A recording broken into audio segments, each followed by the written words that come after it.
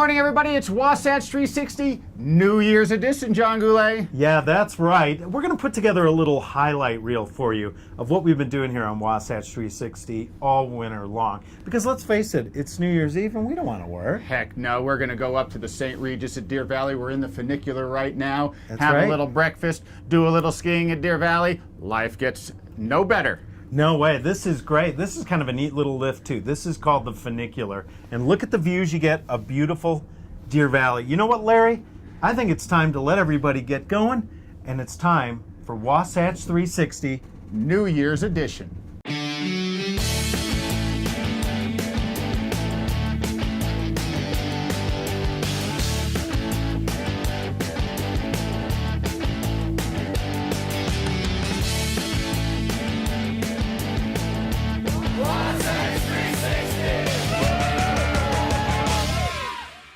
Well, we're sitting with a man who is quite literally very hard to catch up with, especially if you're trying to catch him on the ski slopes. But we've cornered him here today at the Jan's Winter Welcome, the big annual charity event here in Deer Valley. And Ted, thanks for joining us. Good to have you, man. Good start to the year. You couldn't ask for a better first race of the season, that's for sure.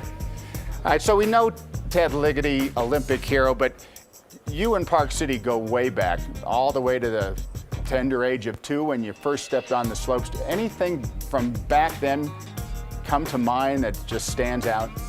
Well, yeah, I was born and raised here, and you couldn't really have a better town to grow up, especially skiing. And I think actually my best memory was my first year on the Park City ski team. I was about 10 years old, and then we didn't really race much. We actually just free skied, and we just go around hitting jumps, and we were just trying to go as big as possible and totally balling ourselves up on the flats, and it was a lot of fun. So you're this hotshot skier at 10.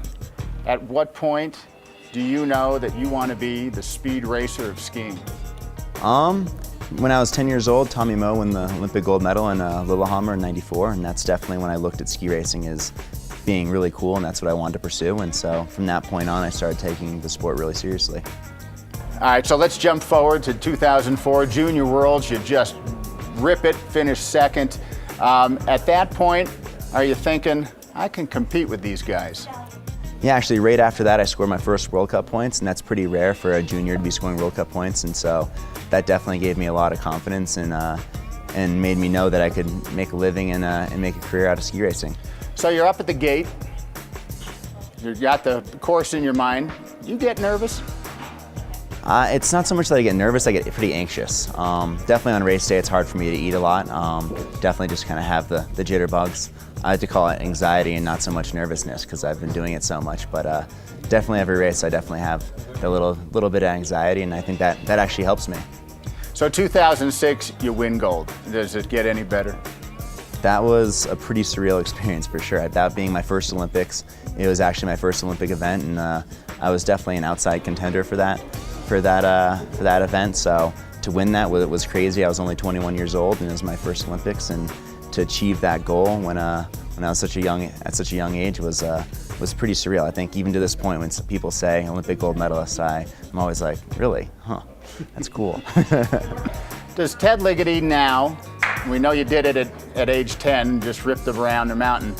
Does Ted Ligety now just go out and have fun skiing?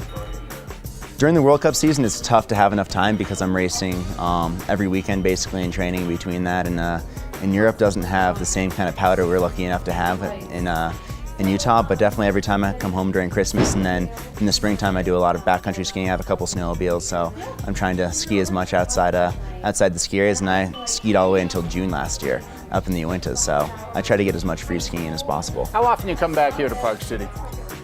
I think I calculated out I'm maybe here 45 days a year. When you used to ski 45 days. Exactly. So I'm here during mostly June and July, and then a couple days here and there otherwise. All right, so the average Joe, I'll just throw me in there, comes up to you. You probably get it asked all the time. If you can give one tip to the average skier, what would you tell them? Something I still work on to this day is still pushing my shin bones into the front of the boot. I think that's the #1 best way to make a clean turn and make a good turn. I think a lot of people just kind of get complacent and are kind of leaning back in the back seat when they ski, and I think that's something that can help everybody, even helps myself. Okay, and now from that point, out there is the next Ted Ligety. You know that. He's lurking in the shadows at age 10 maybe, and he's ripping it up. What do you tell him? Maybe I don't want to give him any advice. I don't want him to be beating me, but no, I just tell him to shred it, have fun with the sport and just work hard. All right, man. Ted Ligety, appreciate it. Good luck. Thanks. We'll see you in 2014.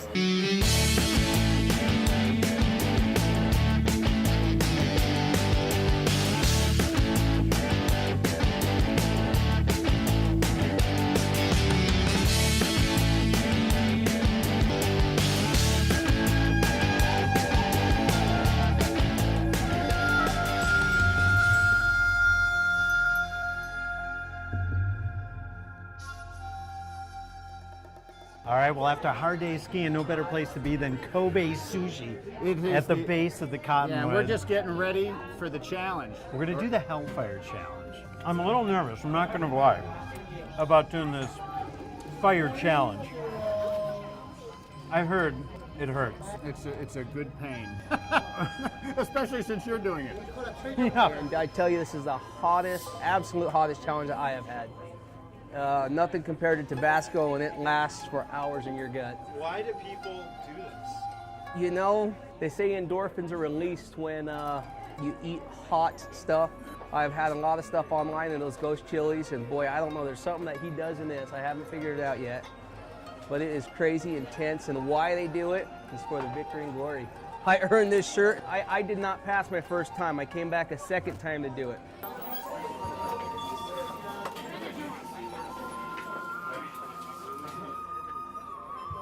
We can do this. All right, we can do this. Chef Alex, the Hellfire Challenge. Oh, 4, 5. Oh, this is the 4, 5, 6. Oh, this is the minor leagues of the Hellfire Challenge. So which one's the 4? The front 2 pieces 4, 5, the last 2 pieces. But he only needs to do one of each. 1 each, yep. One of each. So you need to do the 4. Well, there's 2, so we should maybe both of us do it. That's what I think, Larry. Take a seat. No. Come on. Come on, Larry. Yeah, come on, Larry. What are you doing? Yeah.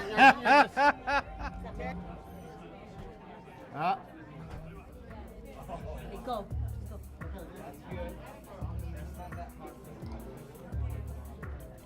Doesn't go down that easy. That's not bad. Level 4, not a problem. Go. Keep going. You're the champ. You're the fighter. I'll do 6. Yes, out if you want. That's level 6. That's level 6. That means you qualify. Whoa, Did that just hit you? that hit me. Drink. No problem. Level 6. Okay, Chef Alex.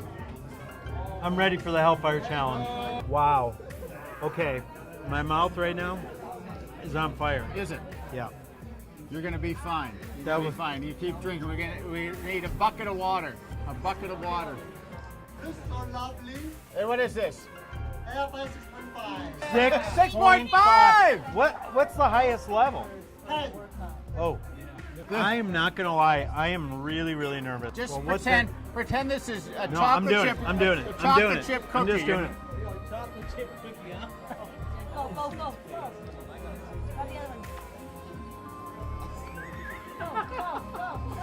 Milk, No. beer, water, milk. Here it comes. Here we go. No. Go. Heck, if the one goes down, you gotta do the other. Now the one, now. Are you throwing in the towel?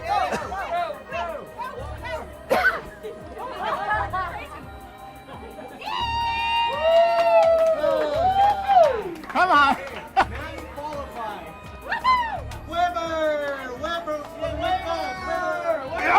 Milk, drink your milk. You mean that's not even the first one? Now you're halfway through. That was a qualifying? That's to get. You're halfway through. Two more pieces, I think. 2 or 4. How many pieces of 7 does he eat? 6. You gotta eat 6. They're never gonna do No, it. no more. You gotta do the next level. No. What's that? Okay. Well, they come out with a sparkler.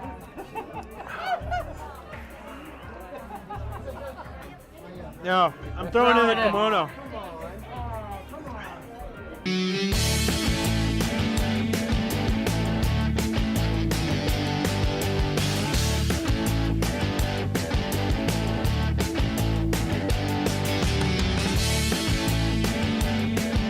Hi, I'm here with Scott Cowdery. He's the spa director of the Golden Door Spa, and we're located right here in Park City at the base of canyons in the Waldorf Astoria Hotel.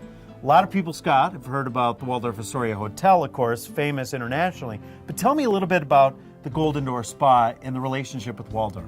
The relationship with Waldorf, first of all, there's 5 Golden Door spas in the world. Only And 5? There's only 5. And the original one started in 1958 in Escondido by Deborah Zeke, who's still very active in the industry. And Golden Door basically founded wellness. And so the relationship with Waldorf Astoria is kind of unique brands coming together that has its own innate audience. And that's kind of how we started everything here, right here in Park City. Well, when people think Golden Door, what's the first thing that comes to their mind? Probably wellness and the complete okay. education of, you're not just coming in to get a massage. You're not just coming in to get a facial. You're really having an experience. And what we've done as far as locals are concerned, we've allowed prices to be very much in line with everything that's here in Park City and Utah, for that matter, so they can experience what all this wellness is about and the secret sauce, per se, that we have downstairs when you're coming in to get a treatment. You're not just going to get a massage. You're not just going to get a facial. You're going to get a complete experience and an education. So what you're saying is people that are in Salt Lake or they live in Provo or they're here in Park City, everybody can come and enjoy the Golden Door Wellness Center. Exactly. And on top of that, I have a separate locals Utah price list of different treatments that they can try out and experience Golden Door on a global level, but right here in their backyard, really. Yeah, Scott, I noticed there's kind of an interesting fitness area and workout facility. How does that tie in with Golden Door? It's about the entire education of taking care of the whole body, inside and out. We have a local fitness membership where we have people come in from the community and they pay just their monthly fee to be part of the entire experience here at Golden Door. So we have classes that are inside, we have snowshoe classes, we have cycling classes in the summer. I can test your resting metabolic rate, I can test your VO2 max. We do different destination programs for people that come here for a week of wellness, but what that includes is not just getting treatments and taking care of your diet, but it's also taking care of your fitness level. Where are you? And it's not necessarily that are you training for a race, but where am I fitness-wise and where do I want to be, and really taking care of yourself as a complete entity. That's really interesting. So you can customize someone's fitness program as well, or wellness program, but then you can also have set programs that you can plug people into, or is everything custom? No, everything's really custom. I do have things that we can plug you into if you just say, hey, I want a week of wellness. We have something that if you're not really deciding on what you want to do, we can plug you into it. We have a naturopathic physician here on staff, so we tie it all together, and we really customize for groups of, say, 12 people or so. And they'll come in and they'll spend whatever amount of time that they want to have here. And we'll do fitness programs, naturopathic physician assessments, spa treatments, healthy cuisine from the restaurant. So it all ties in together, but it's not really a boot camp per se to say, this is our program, we really talk to people about what do you want to accomplish and what can we do. Inside the Golden Door Spa, the ambiance here and the decor is really interesting. Yeah, if you go to every Golden Door, when you walk in these doors, you're going to smell a scent called green bamboo, and that's piped through the HVAC system. And then you're going to hear the water, and then you're going to have the things that would reconnect you if you've been to another Golden Door. But if you go to a Golden Door, you're going to remember that smell. You're going to remember, we kind of touch all the senses. We're not just going to give you the massage and have you remember everything that we give you the hand gesture for the International Sign of Transformation, but you're really going to remember some things that we just put on as special touches. So what was the sign, the international sign for? Sign of Transformation. Sign of Transformation. That's what we're doing here. Scott, thanks. We'll be back here throughout the season, and we'll take a look at some of your treatments next time. Terrific. It's been a pleasure. Thank you.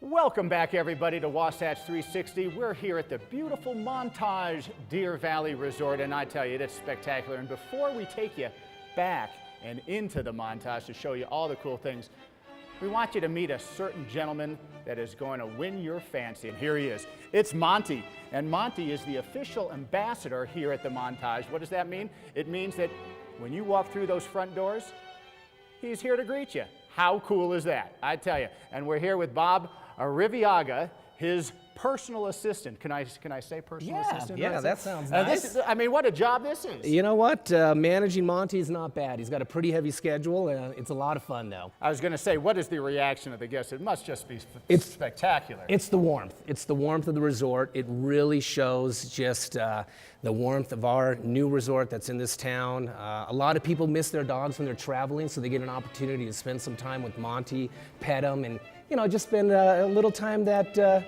they can with them here at this resort. It's pretty amazing. The kids must eat them up. Oh my goodness, I'll tell you, he's a very gentle dog. The disposition of this dog is the best. The breed is beautiful, very, very friendly, and very warm.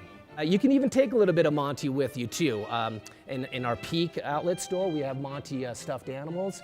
And one of the things that we like to do with every guest that's coming in and the kids is just show the warmth and embrace them to bring them here to the resort. So Monty has a puzzle and there's stuffed animals. So there's a lot of time and effort in the planning that we've gone to with trying to embrace the community as well as all the visitors that are coming here. Now, do you think there's any chance if I went up there to the front desk with Monty, I might be able to get my room upgraded? You know what? There's probably a very good chance.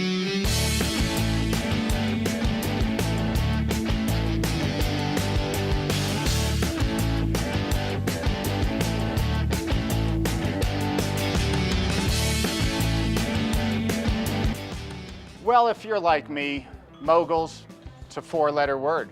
I see a mogul run and I become a bumbling fool, and I'm a pretty decent skier, but this lady over here sees moguls and her eyes light up and the juices get going, I bet, don't they, Shannon Yes. Barkey? I love moguls. I love moguls. I know it sounds crazy, but they are the most fun things in the whole world. When it's soft and fluffy out, they are the best thing there. Now, when you started, though, there were three disciplines, right? Yes. And you were kind of like the ballerina on skis, is that Yes, correct? well, we did three. We did ski ballet, aerials, and moguls. So actually, ballet was the first event that I made it to U.S. National Championships in, believe it or not. So now you're from Reno originally. Yes. Okay, and in the biggest little city in the world, and you skied Tahoe, Yes. but it's something must have pulled at you at some point and says, I got to get to Utah. Well, I was born in Reno, grew up in Tahoe, in beautiful, beautiful Lake Tahoe, and I decided to come out to Utah to go to school, try and make the ski team, and I had a bunch of friends that lived out here. So I gave it a whirl, and I've been here for 12 or 13 years now, and I love it.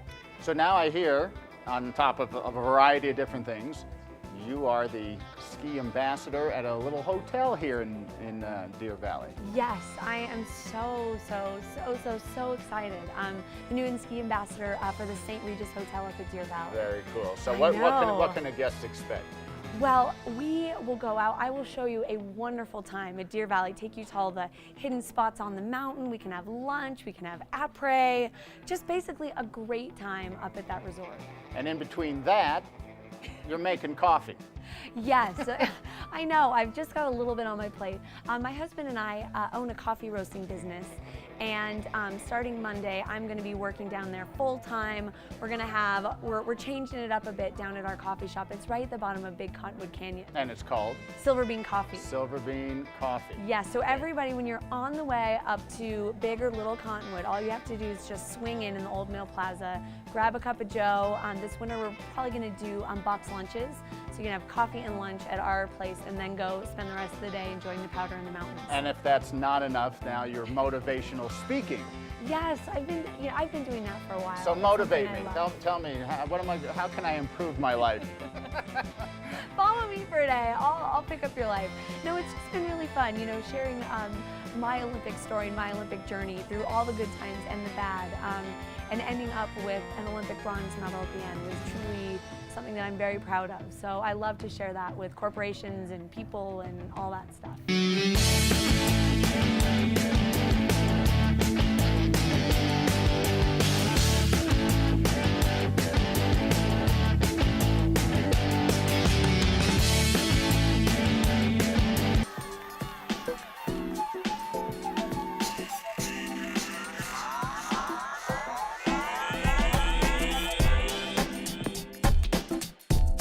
Hi, I'm Jessica Kunzer with Ski Utah, and I'm here at Cole Sports with Tanya Swenson, and we're discussing what's hot for women on the ski slopes this season. Thanks for having us, Tanya. You're welcome. Well, what's hot are beautiful colors. And what might some of those colors be this season? Well, you've got it on. Purple, brilliant yellows with, you know, a colored pant to match. And this particular pant is a stretch pant, which, yes, ladies, stretch pants are still in. It's not that they were ever out, but it seems like a lot of manufacturers are coming out with stretch pants this year. Do you have any theories for why that might be? You know what? They look great. They look great with the outfit. They have made them so they're still warm, and they're going to keep you insulated. Not like an insulated pant, which is this one, which they have also incorporated stretch material into this pant. So even though it's not a stretch pant, it will stretch. That's women. Really nice. It's very nice. It feels really good too. It stretches 4 ways, so you're going to have a stretch pant look with an insulated pant. Now, I know one thing that a lot of women care a lot about when they're picking their ski outfit for the season is that they look really good and that it's flattering. So do you have any tips for how women can find the best fit for their shape? Yes. Well, the most important thing is, one, the material. And like, this is a Tony Seiler outfit that we're looking at, and it's a top quality, very high end Austrian. Anytime you get a fabric that is a 4-way stretch, that's insulated, windproof, waterproof, breathable, it's going to fit nice because you don't have to buy it all bulky and padded up. And with these little zippers on the pocket, this definitely makes your bottom look good. You heard it here. Colors that make you smile and pants that make your bottom look good. No wonder why we love skiing.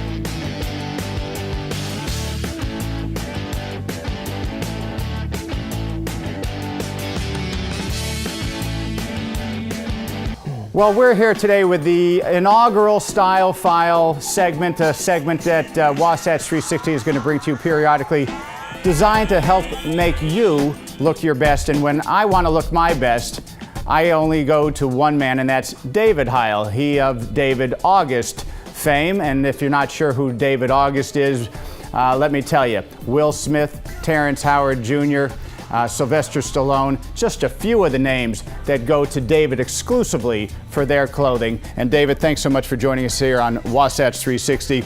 Let's just talk basic wardrobe. You say a basic minimum wardrobe, no matter what, is something that every man should have. Yeah, well, I think at David August, we design complete wardrobes for people all over the world. And times have changed a lot with technology and the way people dress. A lot of people are not dressing as formally as they once were, and so I always say that what we need is a basic minimum wardrobe in any man's closet, and that would consist of a black tie outfit. Obviously, you want to have that prepared just in case you get invited to a black tie, wedding or some type of a formal event. You should have a black tie optional event, which would be a dark navy suit or a black suit. You need a gray suit in your wardrobe, and then you need a change of pace suit. Change of pace would be something like a light tan or a silver gray, something that you'd wear if you were invited to an outdoor wedding during the summer, so it doesn't look like you're coming to the wedding in your business suit.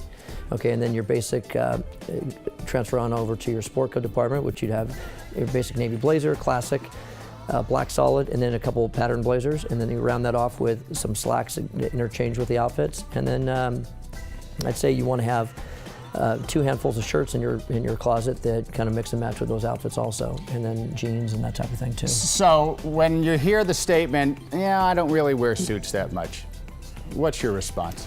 Well, I do hear that a lot now, especially in these days, but everybody wears suits. Everyone has an occasion to wear a suit. So I have a lot of clients that, you know, they don't really need to wear suits for work necessarily, but, and they say, oh, all I wear is shorts and flip-flops and t-shirts nowadays. I don't even need any suits. That's not necessarily the case, because every one of us gets invited to a wedding every once in a while. We get invited to a black tie function. We get invited to a nice dinner somewhere. And I'm a firm believer in that you should dress appropriately for that occasion. So you want to respect the occasion. All right, so now we've traveled out of the state of Utah to see David, but that doesn't really matter for you. No, we travel all over the country, all over the world really. We have clients that are scattered through, you know, all over the world, mainly in the United States, but our clients, they're international travelers, they're people that are, they're movers and shakers, and they're always moving and going places, and you need to be able to go where the client is a lot of times. So if somebody in the state of Utah right now is watching going, hey, you know what, this sounds good to me, pick up a phone, call David, you'll be on the next plane out. That's how it happens, just like that. And matter of fact, we're in Utah quite often.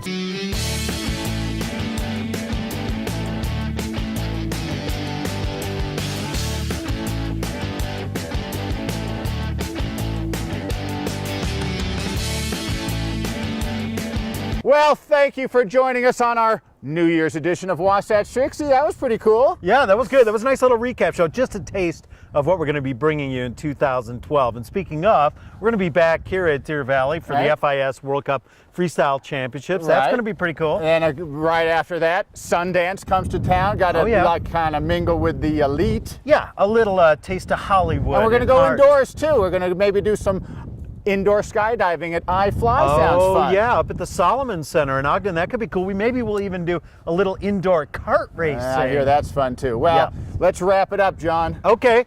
For us here at Wasatch 360, I'm John Goulet. I'm Larry Feldman. This is the Snowman. Here's the man. We're going to go party, and you got what coming up next? Yeah, don't turn the channel. I'll be right back here on Good Day Utah Weekend Edition with your live weather forecast. Larry, it's been a great 2011. Right. Better days ahead. Happy New Year. Be safe out there.